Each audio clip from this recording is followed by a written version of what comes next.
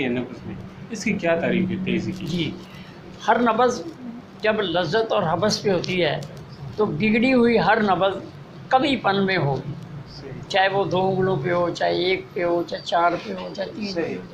ठीक, अगर वो कमीपन नहीं है, उसके अंदर तेज़ी आ गई है, यानी उसकी रफ़्तार जो है वो तेज़ है।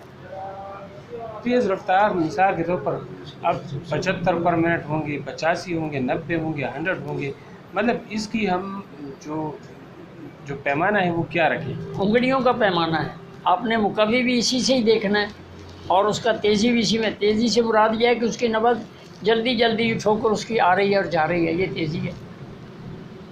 तो उसकी उसकी मतलब पर मिनट मिक़दार तकरीबन एवरेज तरीके से कितनी देखिए, होगी? 3 ही चीज़ें आपने पहचाननी है, इसको आपने नब्ज़ से पहचानना है ना। जी, जी, अगर वो नब्ज़ यानी ठोकर उसकी कवी है, सही, तो साफ़ ज़ाहिर है वो जल्दी-जल्दी नहीं आएगी, सही, उसके अंदर थोड़ा-सा वक़्फ़ा होगा। ठीक, जो तेज़ी होगी, उसके अंदर कवीपन टूट गया, सही, अब उसके अंदर तेज़ी आ गई है, वो जल्दी-जल्दी आएगी।